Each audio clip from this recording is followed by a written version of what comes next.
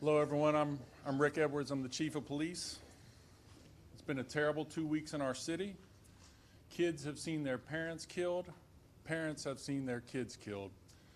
8 people have been killed since 3/31 of this year. 4 of those, unfortunately, have been juveniles. We've cleared 1 by arrest. 1 is pending a self-defense claim. And we are very close to coming to a conclusion on several of those cases right now. The common theme in these murders are simple arguments that have escalated into gunfire. Taking a gun to an argument may make you feel safer, but it doesn't make you safer. In some of these cases, adults have tried to intervene. In some of these cases, adults have exacerbated the situation. So what is RPD doing about this? Last night, I called in all of our property crimes detectives, put them in uniforms and marked police cars, and we had them patrolling our hotspots. I've also asked the area Virginia State Police to come in this week and start assisting us. They're focusing on our 21 hottest spots in Richmond, and they'll be doing that all week. We will also be providing security and extra police presence at pickup and drop-off locations for Richmond Public Schools, particularly focusing on the East End schools. Every one of these cases this past week, we've had Richmond community mediators responding, we've had the police chaplains, and our partners in the Trauma Healing and Response Network. 5 of our homicide victims were shot in these hotspots. Other people that were shot and wounded were in these hotspots. We know where these are occurring. So that's why we're going to be focusing upon them. Last year, we instituted Operation Safe Summer. That started June 10th. And lasted the entire summer. And we saw a 30% reduction in gun violence. We saw 176 illegal firearms taken out of the hands of criminals. And we saw 10 Glock switches taken that summer. And we had a lot of success, and it led to an overall 7% reduction in gun and violent crime last year. It helped drive that. We can't wait until June, so we're starting it this week. My partners in the Virginia State Police, the ATF, FBI, the United States Attorney's Office, and the Commonwealth Attorney's Office are all on board to assist us. And we will start that this Friday. I do have some asks of the community. So at this time, I'm asking if you know about illegal firearms, so please let the Richmond Police Department know. 780-1000, you can remain anonymous. We need to get these illegal firearms off of our streets. Notify the Richmond Police Department if you are seeing social media beefs going. We're asking that you tell us about that so we can try to intervene. We do that on case-by-case basis, but there's opportunities for more of that. And we're asking our parents to help us lower the temperature of what's going on right now. We will also be focusing on curfew. This starting right now at 11 p.m., we're asking parents to bring their children inside their homes where they can be safe. So at this point, I'll ask Mayor Stoney to step in. Thank you so much, Chief. And I want to begin by thanking you and the Richmond Police Department for all you do for the city of Richmond. And I want to commend you and the RPD for your devoted efforts to curb gun violence in our city. These last couple of weeks have been difficult for all of us, not just for the families involved, not just for those who've lost individuals, but also I know for the hardworking officers as well who devote their lives to keeping these communities safe. I want to thank you also for moving up the timeline of the Operation Safe Summer Part 2 as well. We did see some great value out of that last year in reducing crime during the summer months when our kids are home. We're going to get that ratchet up a little bit earlier this year, and I think that's necessary. My fellow Richmonders, it pains me once again to be in front of you today to talk about an issue that we unfortunately know too well in this 60 square miles, and that's the issue of gun violence. And as the Chief stated, over the past several weeks, not just here in the city, but in the region at large, we've seen some devastating, senseless acts of violence. People losing their lives, people being maimed by a firearm. And I want you to know that my heart hurts because at the end of the day, we're talking about young people losing their lives. Teenagers who've got a lot of life to live, and life on this earth is being cut short because the inability for us to solve conflict without a firearm. So I have a direct message to the young people who choose to pick up a gun and pull a trigger. We will find you. You will be held accountable. I can guarantee you that. And here's the thing. We have all these folks, all the folks in our community who are all supportive of the efforts to holding you accountable. There are repercussions for injuring and killing someone in this city. You can be sure of that. For the parents and guardians of those who are choosing to involve themselves in gun violence, we need you to step up. We need you to step your game up. And for those parents who do not have the ability to do that, we, as a community at large, are here to help. If you are running into a problem that makes it difficult for you to care for your child, to parent your family, please let us know. The doors are open, whether it's in the faith community, the nonprofit community, organizations who are in these neighborhoods. We all want to do our part, but we do request that you do your part as well. And here's the thing, as a person who grew up in a single family home raised by my grandmother, I know there are challenges out there. It is hard to meet the rent, to put food on the table, but the top responsibility of parenthood is to care for your child no matter where they are, what time of day it is. After 11 o'clock, I want our parents and our guardians to ask, where are our children? Where are our children?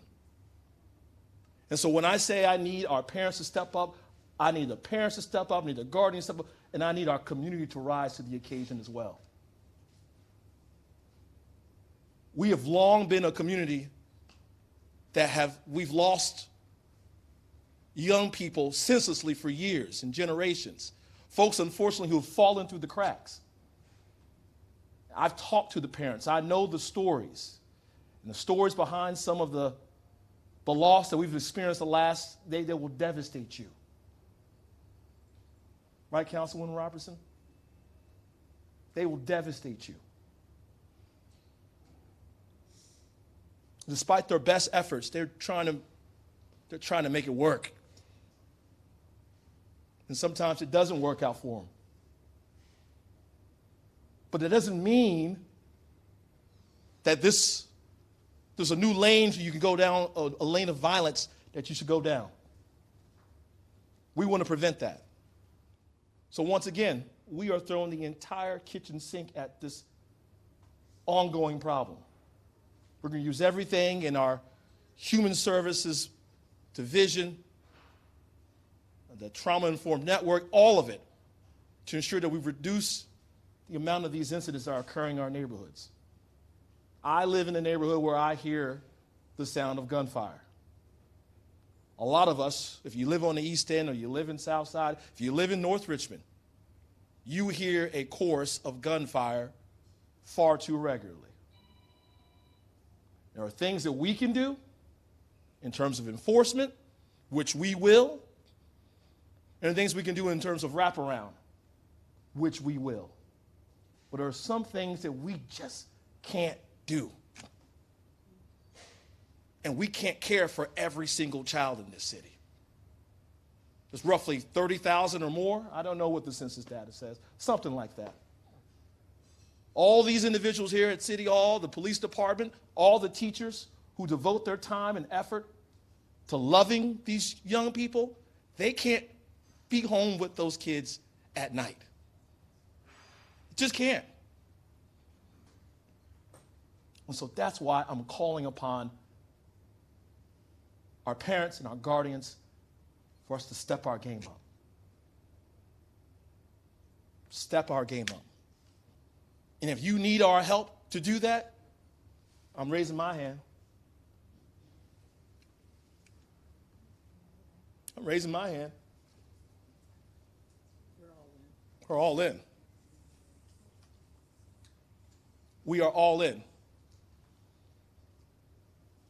We're all in. I believe my responsibility is to bring the superintendent here, who unfortunately, since he's been the superintendent of our schools, has seen too many young people lose their lives in our neighborhoods. In our neighborhoods. And I know this is as traumatic for him as it is for all of us here, because that's one less person who's going to be in the classroom, one less person who's going to get that high school diploma and go off in this world. So, Superintendent Cameras.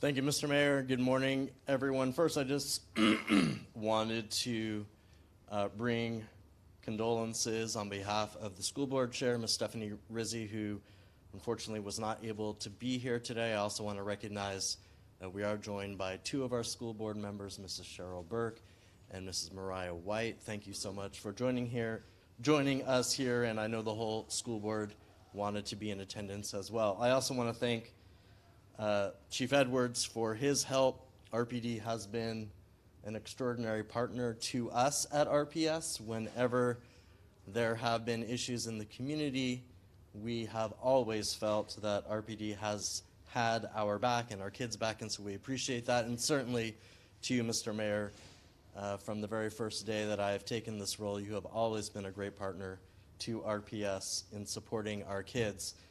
As has been shared, it's been a difficult couple of weeks since Easter. 8 RPS students have been shot, and 4 have died just since Easter. The school communities that have been affected are Martin Luther King Middle School, Chimborazo Elementary School, Armstrong High School, Bellevue Elementary School, Richmond Alternative School, Thomas Jefferson High School. And as you well know, our young people have friends and family members who extend across the city, and so really all of our schools have been deeply affected. And what I think folks don't realize is these friends and family members of those who die, they show up to school the next day. And it's our teachers and our counselors and our psychologists and our food nutrition folks and our bus drivers and our custodians who stand in the gap and do what we ask of them, which is to teach and to lead and to serve with love. And so to all the young people out there and to families, I want you to know RPS is a place where your children will be loved. All that we ask in return is that you do everything you possibly can to help our young people make the best possible choices, the best possible decisions, so that these arguments do not become deadly. The team pulled the data for me, and since 2019, 169 juveniles in the city of Richmond have been shot. Nearly all of those were RPS students. Think about the impact that has across friends and family members and teachers. Our community, our schools, they are hurting, and they should be focused on the SOLs, which we're giving in 2 weeks, and instead, many of them this morning and last week and tomorrow are holding grief sessions. Because that's what we do. We will always stand in the gap for our kids, but we have to change this.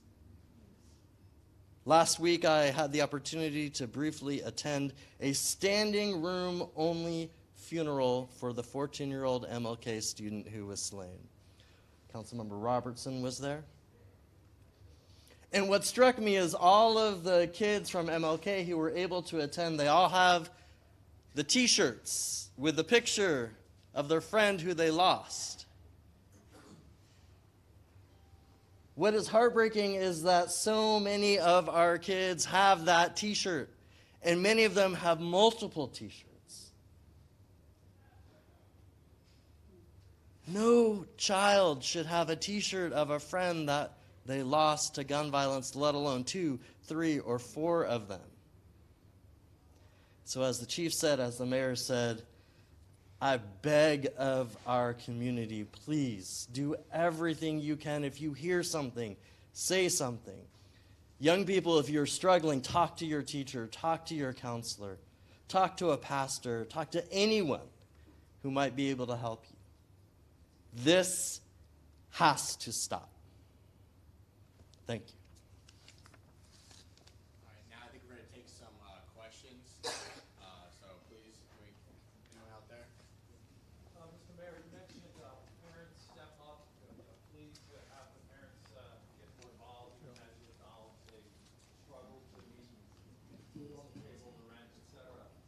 Given the convictions of the parents in Michigan for what their minor child, the violence perpetrated by their minor child, is that a suggestion that perhaps the times they will focus on holding them accountable in terms of criminal charges? Bill, that's a great question. Obviously, here we're not responsible for that part of the legal system. That's the Commonwealth Attorney's role here, the chief prosecutor of our city.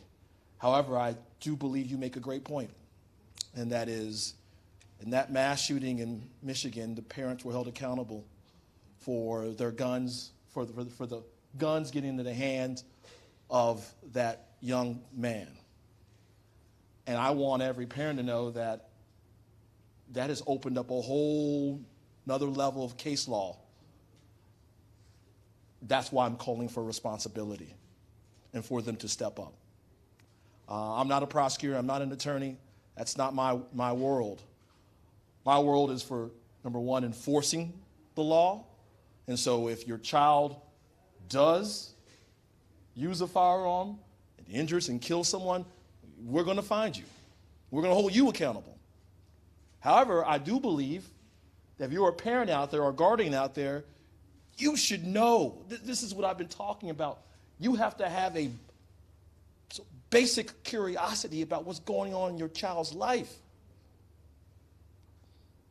Where are they after 10 o'clock? They should be in your house. It's not our job to parent kids. And maybe this is a little bit different for me now because I do have a child. And it takes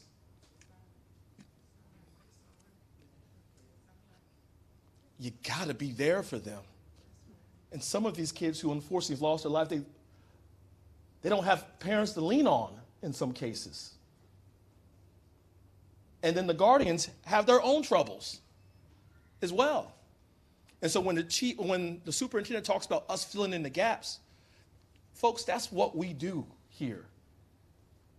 That's the work of our government in this inner city. We do our best to fill in the gaps for the least, for the lost. But we can't fill in every single gap.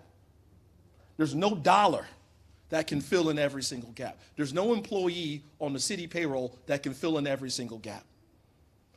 And that's why we are here collectively pleading with our neighborhoods, which back in the day used to raise our kids as well. It wasn't just the parents. There was like if the neighbor next door knew that you were acting out of control, you knew you were going to be held accountable one way or another. I'm asking for that to come back.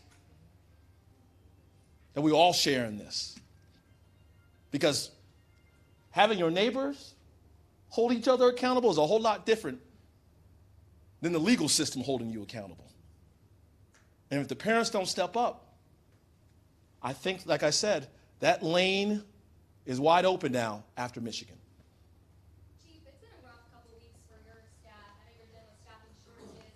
Now you're seeing 4 juveniles murdered in 2 weeks. You're stepping up Operation Safe Summer Part 2 early. How is your staff doing, and how are they going to tackle this while they're also trying to prosecute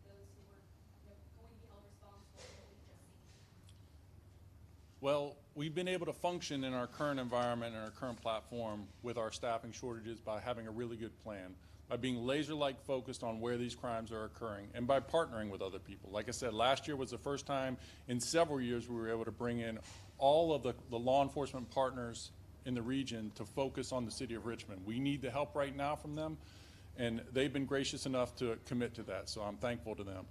But if you're talking about how our officers are feeling, you know, I was probably the second or third officer on scene at the shooting on Spotsylvania, where we had to go into that building and escort 4 children past their parents' dead bodies.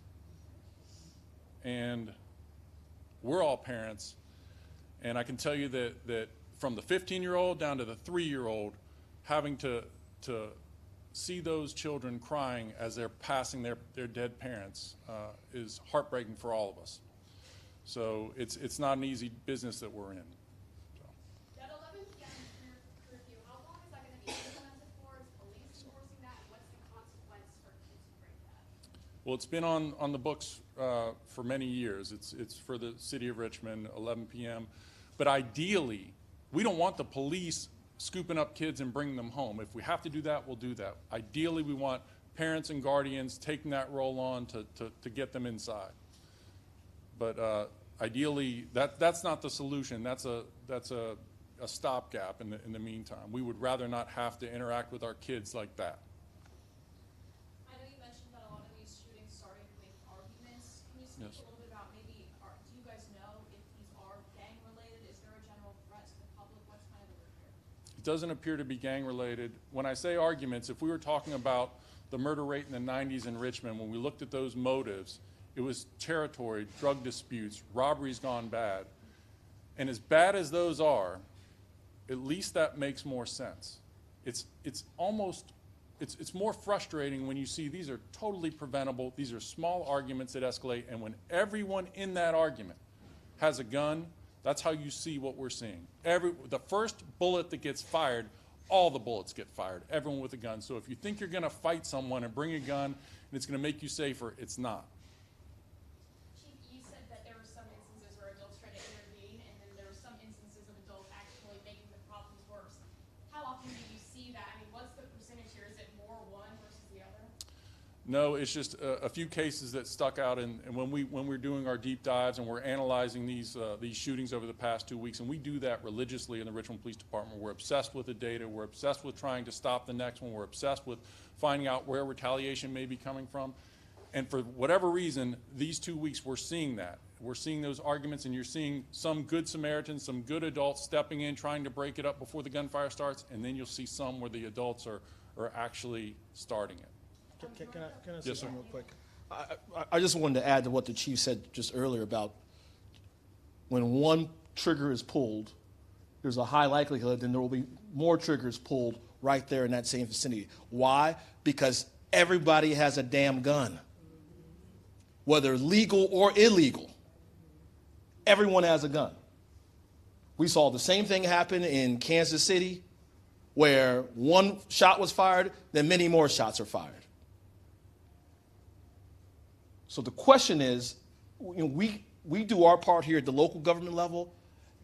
Again and again and again, we will call on our state partners, and we will call on our federal partners. There's no reason, some way, somehow, a 16-year-old or an 18-year-old is getting their hands on a firearm in our city.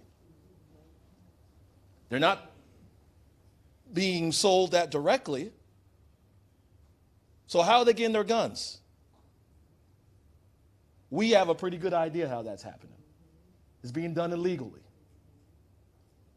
And the proliferation of these weapons, it have saturated our underprivileged areas of the city. East End, South Side. We don't make guns in Richmond, okay?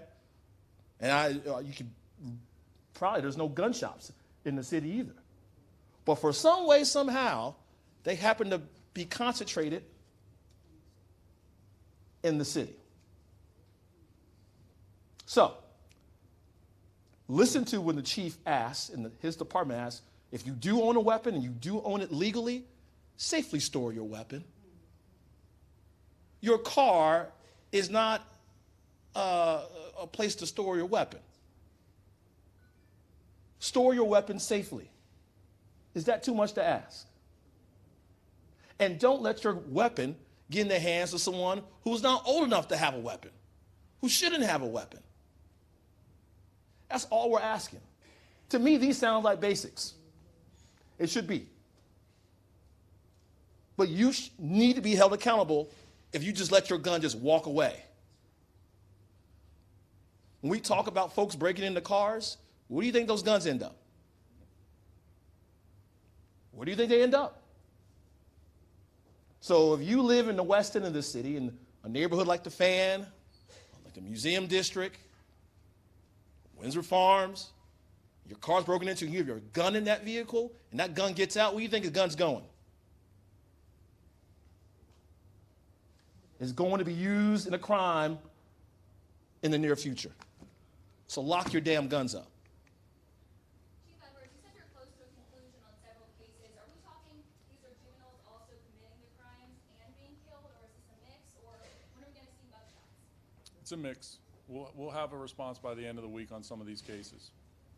I also wanted to ask too, in these last 2 weeks, this obviously is not just an issue that's centralized here in Richmond. We've seen Yes. kids coming into Richmond and dying. We've seen teen gun violence in Chesterfield and Waco. Are you guys considering a multi-agency response to teen gun violence at this point?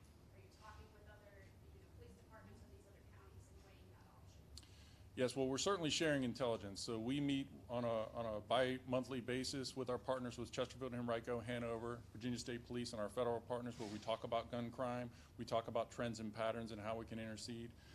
We've certainly had operations on the borders with Chesterfield and Henrico. There is a bit of a jurisdictional issue. That's why the Virginia State Police does not have that problem. But you're right, it is a regional issue. And it's an issue where, again, it's, there are people who are solving their problems with gunfire that should have been a fist fight. Any more questions? Yeah, Mr. Mayor, obviously, in regards to gun control, there's only so much you can do on the city level. Do you think the legislator and the governor's office should be doing more to stop this curtail of the amount of guns on the street right now? Absolutely. Absolutely. This is not a Republican or Democratic issue, left or right, rich or poor. A gun is a gun, and it can be used to kill anyone in any of those categories. And I just don't think we're doing enough. I don't think the state's doing enough. I'm grateful for the legislation that's been passed over the course of the last 3 to 4 years, but we got to do more. And our federal partners really need to be the ones to step up. I mean, I've seen on video folks with AR-15s.